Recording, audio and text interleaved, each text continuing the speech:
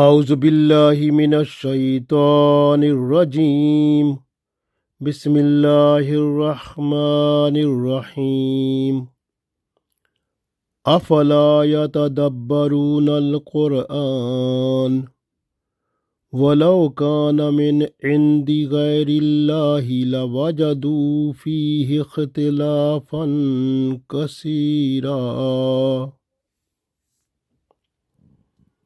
عزیز دوستو، السلام علیکم ورحمۃ اللہ وبرکاتہ۔ سورہ نساء آیت نمبر 82 تلاوت کی ہے۔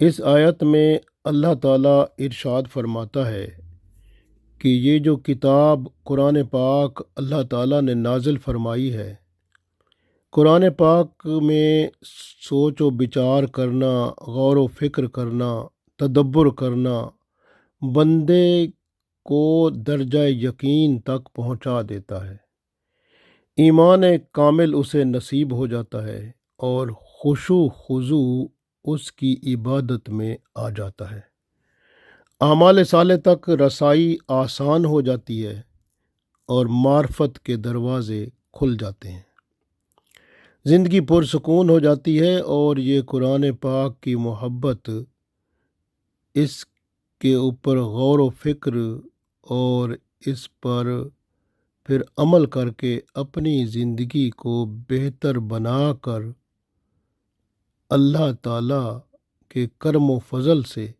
بندہ جنت کے دروازے تک پہنچ جاتا ہے۔ پڑھتے ہیں، ارشاد باری تعالیٰ ہے، افلا یتدبرون القرآن، کیا تم لوگ قرآن پاک میں غور و فکر نہیں کرتے؟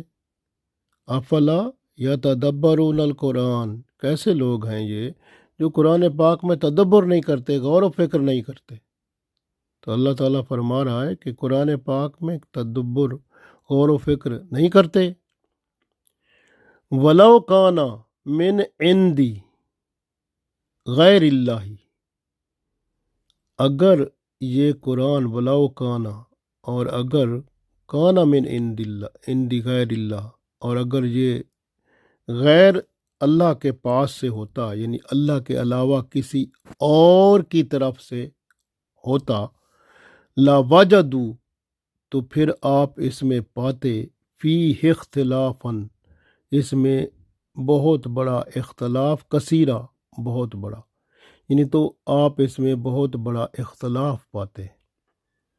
تو اللہ تعالیٰ نے ارشاد فرمایا، افلا یتدبرون القرآن ولو کان من عند غیر اللہ لوجدوا فیہ اختلافا کثیرا، کیا یہ لوگ قرآن پاک میں غور و فکر یعنی تدبر نہیں کرتے؟ اور اگر یہ قرآن پاک اللہ کے علاوہ کسی اور کی طرف سے ہوتا تو اس میں وہ بہت زیادہ اختلاف پاتے۔ غور کریں کہ اس کے پہلے حصے میں اللہ نے ارشاد فرمایا، افلا یتدبرون القرآن، کیا یہ لوگ قرآن پاک پر غور و فکر نہیں کرتے؟ قرآن پاک پر غور و فکر کرنا ایمان کو پختہ کرتا ہے اور بندہ دل سے اطاعت الہی کے لیے تیار ہو جاتا ہے۔ منافق بھی اگر وقت نکال کر قرآن پاک کو غور سے پڑھے اور اسے سمجھے تو اس کا نفاق جاتا رہتا ہے۔ سارا قرآن بندہ جب پڑھتا ہے، غور سے پڑھے، تو اسے کوئی تضاد، تعارض نہیں نظر آئے گا۔ جس طرح اللہ نے ارشاد فرمایا، وَلَوْ كَانَ مِنْ عِنْدِ غَيْرِ اللَّهِ، اگر قرآن کسی غیر یعنی اللہ کے علاوہ کسی اور کی طرف سے آیا ہوتا، لَوَجَدُوا فِيهِ اخْتِلَافًا كَثِيرًا، تو اس میں آپ بہت زیادہ اختلاف پاتے۔ جرمنی کی میونخ یونیورسٹی جو ہے، اس نے بڑی تحقیق کی، قرآن پاک کے نسخے انہوں نے پوری دنیا سے، ہر اس ملک سے جو اسلامی ملک ہے وہاں سے منگوائے، اور ہر نسخے کو بڑی گہرائی سے، غور سے دیکھا گیا، تو آخر میں تحقیقی رپورٹ جو بنی اس میں بتایا گیا کہ قرآن پاک واحد وہ کتاب ہے جس میں ٹائپنگ کی غلطی تو مل جاتی ہے، لیکن اس میں اس کی عبارت میں کوئی تضاد نہیں ہے، الحمدللہ، جبکہ بائبل میں انہوں نے بے شمار اختلافات دیکھے۔ قرآن پاک ایک دریا ہے جو برابر بہتا چلا جاتا ہے، پڑھنے والے کو بھی اپنے ساتھ بہا کر جنت کے دروازے پر لا کھڑا کرتا ہے۔ انسان کی لکھی ہوئی کتاب میں آپ کو کئی اختلاف ضرور ملیں گے، مگر اللہ پاک کا جو کلام ہے یہ قرآن پاک، جس طرح اللہ ہر طرح سے پاک ہے، اس طرح اس کا کلام بھی ہر طرح کے اختلاف سے پاک ہے۔ کافر، مشرک، یہودی، عیسائی، ہندو، سکھ، کوئی بھی غیر مسلم بندہ اگر قرآن پاک کو سنے، سمجھے، غور کرے تو وہ ضرور مسلمان ہو جائے۔ کتنے غیر مسلم ہیں جنہوں نے قرآن پاک کو پڑھا تو اللہ کی رحمت سے وہ مسلمان ہو گئے۔ قرآن پاک دولت ایمان سے انسان کو بھر دیتا ہے۔ تدبر کا مطلب بھی یہی ہے کہ گہری سوچ، غور و فکر۔ ایک بار پڑھتا ہے تو اس پر اللہ تعالیٰ اس کی رحمت یعنی اللہ کی رحمت سے قرآن پاک کی سمجھ عطا فرماتا ہے۔ دوسری بار جب بندہ پڑھتا ہے تو اس کے دل کی صفائی ہوتی ہے۔ تیسری بار جب بندہ اس کو پڑھتا ہے تو اس کے دل میں اللہ کی محبت پیدا ہوتی ہے۔ چوتھی بار جب پڑھتا ہے تو اللہ اور اس کے رسول صلی اللہ علیہ وسلم کی الفت کے ساتھ اس کے اندر جستجو اللہ اور اس کے رسول صلی اللہ علیہ وسلم کی طرف امید آتی ہے، یعنی وہ اتنا اس کے اندر جس طرح مقناطیس طرح کی کشش ہوتی ہے، اس طرح کی کشش پیدا ہوتی ہے کہ میں اللہ اور اس کے رسول صلی اللہ علیہ وسلم کی طرف کیوں نہ رجوع کروں، اس طرح۔ اور ساتھ قلب کی صفائی ہوتی ہے، ایمان کا دل میں سمانا نصیب ہوتا ہے اور معرفت الہی کا حصول ہوتا ہے۔ کتاب اللہ بندے کے اصلی حقیقی دشمن جو شیطان اور نفس، دو بندے کے بڑے دشمن ہیں، شیطان اور نفس۔ اللہ کی کتاب ان سے مکمل آگاہ کر کے اور ان کے حملوں سے بچانے کا مکمل پیکج دیتی ہے۔ ایسی تمام اشیاء، معاملات، اخلاقیات وغیرہ جو اسلام سے باہر ہیں، اللہ کی کتاب سب بتا کر بندے کو ان اشیاء، معاملات، اخلاقیات اور عبادات میں لے آتی ہے جس سے بندہ صراط مستقیم پر چل کر اللہ کی قربت کو پا لیتا ہے۔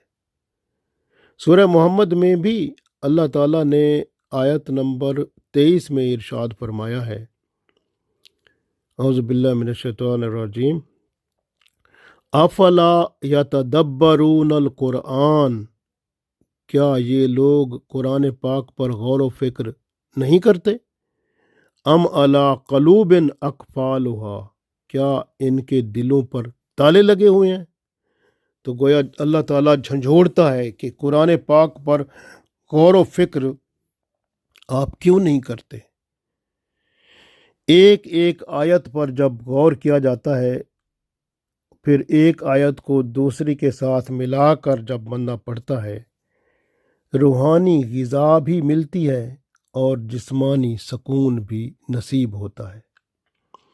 سورہ صاد میں 29 نمبر آیت میں اللہ تعالیٰ نے ارشاد فرمایا، اعوذ باللہ من الشیطان الرجیم، بسم اللہ الرحمن الرحیم، کتاب انزلناہ الیک مبارک لیدبروا آیاتہ ولیتذکر اولو الالباب۔ اللہ تعالیٰ نے فرمایا کتاب انزلنا ہو، یہ کتاب ہے قرآن پاک جس کو ہم نے نازل کیا ہے، مبارکن برکت والی یہ کتاب ہے آپ کے لیے، آپ کے لیے یہ برکت والی، مبارکن آپ کے لیے یہ برکت والی کتاب ہے، لے یاتا دبرو تاکہ لوگ اس پر تدبر کریں، غور و فکر کریں، والے یاتا آیات ہی یعنی اس کی آیات پر غور و فکر کریں، والے یاتا ذکرہ اور اس کے اوپر اس کا تذکرہ کریں، اس سے نصیحت پکڑیں، کون؟ اولو الالباب، جو عقل مند ہیں۔ تو یہ قرآن پاک بڑی عظمت والی کتاب ہے۔ مسلمان ہمیشہ اللہ اور اس کے رسول صلی اللہ علیہ وسلم کی ہر بات پر سمینا و اطاعنا کہتا ہے۔ اختلاف وہ کرتا ہے جس کے دل میں نفاق ہوتا ہے، فسق و فجور ہوتا ہے، کفر و شرک ہوتا ہے۔ اس کتاب کو آج بھی جو پڑھتا ہے وہ تمام معاملات جن کا ذکر اسے اپنے ارد گرد ملتا ہے، وہ مکمل رہنمائی اس کتاب کے ذریعے پا کر اپنی زندگی کو بلکہ اپنے خاندان، اپنے رشتہ دار، انفرادی اجتماعی طور پر ماشاء اللہ پرسکون اور پر لطف بنا دیتا ہے۔ اللہ تعالیٰ نے ارشاد فرمایا وَلَوْ كَانَ مِنْ عِنْدِ غَيْرِ اللَّهِ، یہ اگر قرآن غیر کی طرف سے ہوتا، اللہ کے علاوہ کسی اور کی طرف سے، لَوَجَدُوا فِيهِ اخْتِلَافًا كَثِيرًا، تو آپ ضرور اس میں اختلاف پاتے، بڑا اختلاف پاتے، کثیرہ یعنی بہت بڑا۔ اب جیسے قرآن پاک میں قصے کہانیاں ہیں، ماشاء اللہ اس میں ہر بات میں سچائی ہے، اور اللہ کی رحمت سے جب آپ پڑھتے ہیں آپ کے اندر وہ سکون آتا ہے کہ جس کی مثال ممکن نہیں۔ اور یاد رکھیں قرآن پاک کو جب ایک دفعہ پڑھتے ہیں، اگر قصے کہانی والی آیت ہوگی آپ بار بار پڑھیں گے تو ایک وقت ایسا آئے گا جب آپ کا دل صاف ہو جائے گا، اور آپ قرآن پڑھتے ہوئے اگر آنکھ بند ہوگی تو آپ کی آنکھوں کے سامنے جو آیت میں کہانی قصہ موجود ہے وہ آپ کو سامنے نظر آئے گا، جس طرح فلم چلتی ہے۔ یہ ہمارے ماشاء اللہ یہ مشاہدات ہیں ماشاء اللہ۔ تو اس وجہ سے آپ یاد رکھیں اگر قرآن پاک کسی اور کی طرف سے ہوتا تو اس میں بڑے قصے کہانیاں اور بڑے عجیب عجیب باتیں ہوتی، یہ تو اللہ کی طرف سے ہے، سچائی ہے، اس میں عقائد اور فروعی احکام ہیں، جو کچھ قرآن پاک میں اللہ تعالیٰ نے عطا فرمایا ہے حق ہے، سچ ہے، آداب اور اخلاقیات کا ماشاء اللہ سمندر ہے، انفرادی اجتماعی مسائل کا حل قرآن پاک بآسانی ہمیں عطا فرماتا ہے، زمین و آسمان اور کائنات کی تخلیق کا علم دیتا ہے، احوال آخرت، جنت، دوزخ، حساب کتاب، ثواب، عذاب، اس کے بارے میں مکمل طور پر ہمیں بتاتا ہے۔ اور یاد رکھیں اگر جس طرح اللہ نے فرمایا وَلَوْ كَانَ مِنْ عِنْدِ غَيْرِ اللَّهِ، اگر قرآن غیر کی طرف سے ہوتا تو وَلَوَجَدُوا فِيهِ اخْتِلَافًا كَثِيرًا، تو اس میں بہت بڑا اختلاف ہوتا کہ وہ جس طرح جنت دوزخ کے بارے میں ہے، دوسری چیزوں کے بارے میں ہے، تو وہ بڑا اختلاف ہوتا۔ اللہ تعالیٰ نے سارے اختلافات ختم کر کے یہ اپنی طرف سے کرم فرمایا کہ یہ قرآن پاک ایسی کتاب ہمیں عطا فرمائی جو کہ ہمارے آپس کے اختلافات کو ختم کر کے ہمیں ایک راستے پر کھڑا کر دیتی ہے اور اس پر چلنے کو ہمیں تیار کر دیتی ہے، جس کو صراط مستقیم کہتے ہیں۔ یہ ہے وہ اللہ کا معجزہ جو کہ اللہ کے رسول صلی اللہ علیہ وسلم کی طرف اللہ نے عطا فرمایا، اور ہمارے لیے یہ ماشاء اللہ تا قیامت تک ایک روشنی ہے جو ہمیں دنیا سے آخرت میں کامیابی و کامرانی کے ساتھ اللہ کے ہاں سرخرو کرنے والی ہے۔ ماشاء اللہ حالت امن ہو یا حالت سفر ہو، تنگی ہو یا فراوانی ہو، ہر ماحول میں، ہر حالات میں قرآن پاک ہمیں رہنمائی عطا فرماتا ہے۔ انفرادی اجتماعی قوانین ہوں، بشری کمزوری اس وقت بندے میں ہوتی ہے، یعنی اگر آپ کوئی کتاب دیکھیں جو انسان نے لکھی ہے، اس میں تو آپ کو بشری کمزوری ضرور نظر آئے گی، لیکن یہ قرآن پاک اللہ کی کتاب ہے۔ قرآن پاک خود اپنی حقانیت پر خود ہی دلیل ہے۔ اختلاف جو ہوتا ہے نا، وہ لوگوں کے دلوں کی وجہ سے ہوتا ہے۔ برے رسول اللہ صلی اللہ علیہ وسلم نے فرمایا، جب بندہ برا کام کرتا ہے تو اس کے دل پر سیاہ رنگ کا نقطہ پڑ جاتا ہے، تو اسی طرح دوسرا گناہ کرے گا تو سیاہ رنگ کا نقطہ بڑھتا جائے گا، یہ دل کو کالا کر دے گا۔ اور جس کے اندر گناہ زیادہ ہوتے ہیں نا، وہ اس کا دل صاف نہیں ہوتا نا، تو وہ قرآن پڑھتا ہے تو وہ تضاد میں آتا ہے، اس کو اختلاف نظر آتے ہیں، کیونکہ دل جو ہے اس کا صاف نہیں ہوتا نا۔ اسی طرح جو حرام کھانے والا ہوگا تو حرام کھانے سے ایمان چلا جاتا ہے نا دل سے، تو کیونکہ دل جگہ ہے ایمان کی، اقرار باللسانی و تصدیق بالقلب، کیونکہ دل جو ہے ایمان کی تصدیق کرتا ہے تو پھر ایمان دل میں ہی ٹھہر جاتا ہے، اور دل ہی ایمان کی جگہ ہوتا ہے۔ اور جب دل صاف ہو تو قرآن پاک کے راز کھلتے ہیں، اللہ کی طرف سے کرم ہوتا ہے، احسان ہوتا ہے، اور بندہ بہت سارے ماشاء اللہ اللہ کے راز ہیں جو اس بندے پر کھلتے ہیں، جو قرآن پاک کو نہ صرف پڑھتا ہے بلکہ غور و فکر کر کے ہر آیت کو اس کے تدبر میں، اس کی سوچ بچار میں کھو جاتا ہے، اور اللہ کی قربت پاتا ہے، اس کی معرفت کو حاصل کر لیتا ہے۔ قرآن پاک میں متشابہ آیات بھی ہیں، جو اس میں پڑھے گا نا تو پھر وہ گمراہی کی طرف ضرور جائے گا۔ تو متشابہ آیات ہیں، محکم آیات ہیں۔ محکم آیات ہمارے معاملات کا حل بتاتی ہیں، متشابہ آیات جو ہیں ان کے پیچھے پڑھنے کا حکم نہیں ہے۔ اسی طرح آپ دیکھیں، اللہ نے قرآن پاک میں چیلنج بھی فرمایا کہ آپ قرآن جیسی ایک کتاب تو لے آؤ نا، یا ایک صورت تو بنا کر لاؤ، یا ایک آیت ہی بنا کر لاؤ۔ آج تک کوئی نہیں ایسا کر سکا، اور نہ کوئی قیامت تک ایسی کتاب یا ایسی آیت یا ایسی صورت بنا کر وہ سامنے لا سکتا ہے جو اللہ تعالیٰ نے قرآن پاک میں بیان فرمائے ہیں، ماشاءاللہ۔ اس طرح یاد رکھیں کہ انسان جو ہے نا، وہ انسان کی حالت دیکھ لیں پہلے۔ بچپن میں تو اس کی عقل ناپختہ ہوتی ہے، جوانی میں قدرے ترقی کر جاتی ہے، پھر نظریات خیالات اس کے جو بچپن کے ہوتے ہیں وہ مختلف ہوتے ہیں، اور جب جوانی میں ہوتے ہیں وہ بدل جاتے ہیں، اس میں جذبات غالب آ جاتے ہیں خیالات پر۔ بڑھاپے میں پھر جو ہے جذبات ٹھنڈے ہو جاتے ہیں، خیالات بڑھ جاتے ہیں، نظریات اور ہو جاتے ہیں۔ تو اس طرح جو ہے نا، پھر انسان جس ماحول میں رہتا ہے، جس ملک میں رہتا ہے، اس معاشرتی ماحول کا اثر بھی اس پر بڑا گہرا ہوا کرتا ہے۔ کبھی جذبات، کبھی غصہ، کبھی نرمی، کبھی سختی عادت میں شامل ہوتی ہے۔ اس طرح سے وہ انسان جو ہے، جب وہ اپنی کوئی کتاب لکھے گا یا کوئی بیان کرے گا تو اس میں بھی کوئی اختلاف اور تضادات نظر آئیں گے، لیکن اللہ کے کلام میں کوئی تضاد نہیں ہے۔ یہ فصاحت و بلاغت کا ایسا حسین مجموعہ ہے جہاں تضادات اور اختلافات کا دخول ناممکن ہے۔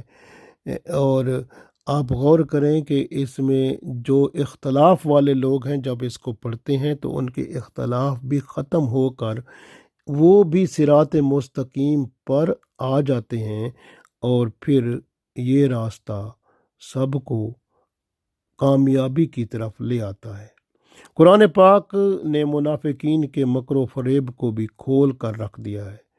قرآن کا ذکر کرنا، پڑھنا، دیکھنا، چھونا، اور پھر اس پر عمل کرنا، غور و فکر کرنا، یہ سب بڑی عبادت ہے اور اللہ کی قربت لانے والے کام ہیں۔ آج افراتفری کے دور میں قرآن و سنت کے ساتھ نسبت قائم کرنے کی اہم ضرورت ہے۔ جو قرآن حکیم پر غور کرتا ہے اس پر حقیقت حال کھلتی ہے اور اللہ کی معرفت نصیب ہوتی ہے، اور دنیا اور آخرت دونوں بہتر ہو جاتی ہیں۔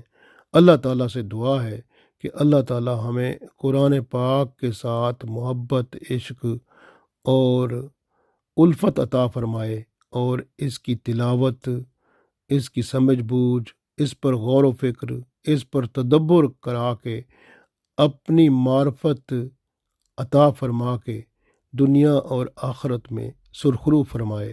آمین۔